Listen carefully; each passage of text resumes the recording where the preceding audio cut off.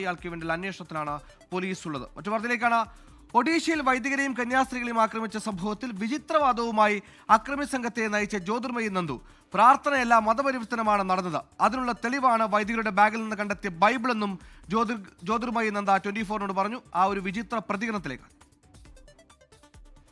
हमारे पास पंचायत जो बेलोरा पंचायत में एक गांव गंगाधरपुर, उसी गांव में धर्म परिवर्तन सनातन संस्कृति हिंदू धर्मी।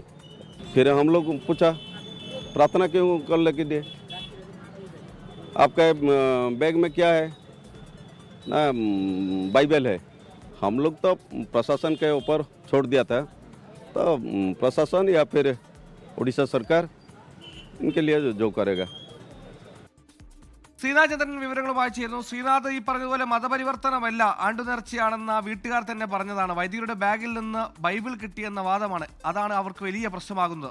വൈദികരുടെ ബാഗിൽ നിന്ന് ബൈബിൾ അല്ലാതെ മറ്റെന്ത് ലഭിക്കാൻ? ശ്രീനാഥ്, തീർച്ചയായും അതാണ് ആ വാദത്തെ വിചിത്രമാക്കി മാറ്റുന്നതും. നമ്മൾ ഇന്നലെയാണ് ഈ ജാലേശ്വറിലെ ഈ മേഖലയിലേക്ക് പോവുകയും അവിടെ അക്രമി സംഘത്തെ നയിച്ച ആളെ കണ്ടുപിടിക്കുകയും ചെയ്തത്. അദ്ദേഹം ബജ്രംഗ് ദൾ പ്രവർത്തകനാണ് എന്നതാണ് നമുക്ക് മനസ്സിലാക്കാൻ വേണ്ടി കഴിഞ്ഞത്. പക്ഷേ അതേക്കുറിച്ച് അദ്ദേഹത്തോട് ചോദിച്ചപ്പോൾ ഈ സംഘടനാ പ്രവർത്തനവുമായി ബന്ധപ്പെട്ട ചോദ്യങ്ങളോട് അദ്ദേഹം പറഞ്ഞത് തന്നെ ആ തരത്തിലല്ല കാണേണ്ടത്, താൻ ഒരു സനാതന മതത്തിന്റെ സംരക്ഷകൻ എന്ന നിലയിലാണ് പ്രവർത്തിക്കുന്നത് എന്നതാണ്. മാത്രമല്ല അദ്ദേഹം ആരോപിക്കുന്നു ഇവിടെ മതപരിവർത്തനം നടക്കുന്ന ഒരിടമാണ്, അതായത് നിർബന്ധിത മതപരിവർത്തനം നടക്കുന്ന ഇടമാണ്.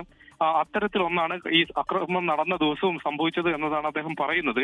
പക്ഷേ അങ്ങനെ എന്ത് തെളിവാണ് നിങ്ങൾക്ക് അതുമായി ബന്ധപ്പെട്ടുള്ളത്, എന്ത് വിവരമാണ് ഉള്ളത് എന്ന ചോദ്യത്തിനാണ് അദ്ദേഹം ഇവർ തടഞ്ഞു നിർത്തി ചോദ്യം ചെയ്തപ്പോൾ ബാഗിൽ നിന്ന് ബൈബിൾ കണ്ടു എന്നത് ഒരു തെളിവായി അദ്ദേഹം സൂചിപ്പിക്കുന്നത്. അതേക്കുറിച്ച് നമ്മൾ എടുത്തു ചോദിച്ചതാണ്. ബൈബിൾ കണ്ടു എന്നതുകൊണ്ട് മാത്രം എങ്ങനെ അതൊരു മതപരിവർത്തനമാണ് എന്ന് നിങ്ങൾക്ക് സ്ഥിരീകരിക്കാൻ കഴിയും എന്ന ചോദ്യത്തിന് അദ്ദേഹത്തിന് കൂടുതലൊന്നും പറയാനില്ല. ബാഗിൽ നിന്ന് ബൈബിൾ കണ്ടെത്തിയത് കൊണ്ട് തന്നെ അത് മതപരിവർത്തനത്തിന്റെ സൂചനയായി കാണണം എന്നതാണ് അദ്ദേഹം പറയുന്നത്. മാത്രമല്ല ഈ സംഭവം നടക്കുന്നത് ഏതാണ്ട് 9 മണിയോടെയാണ്. ഈ പ്രാർത്ഥനകൾ കഴിഞ്ഞ് ഇവർ മടങ്ങുന്ന സമയമാണ്. ഈ രാത്രി സമയം കൂടി ചൂണ്ടിക്കാട്ടിയാണ് അദ്ദേഹം ആരോപണം ഉന്നയിക്കുന്നത്. നേരം വൈകിയാണ് അവർ മടങ്ങിപ്പോയത് എന്നതും ഒരു തെളിവായി അദ്ദേഹം ചൂണ്ടിക്കാട്ടുകയാണ്. അങ്ങനെ നേരത്തെ നിലപാടിൽ അതേ നിലപാടിൽ ഉറച്ചു നിൽക്കുകയാണ്. ഇനിയിപ്പോൾ സംസ്ഥാന സർക്കാർ വൈദികർക്കെതിരെ നടപടി സ്വീകരിക്കണം എന്നൊരാവശ്യവും ഈ ജ്യോതിർമയി നന്ദ ഉന്നയിക്കുന്നു. ആളുകളെ വേദനിപ്പിക്കുന്നതിലും വിദ്വേഷം പരത്തുന്നതിലും ആനന്ദം കണ്ടെത്തുന്ന ഇത്തരം മനുഷ്യരിൽ നിന്ന് യുക്തിസഹജമായ ഒരു ഉത്തരവും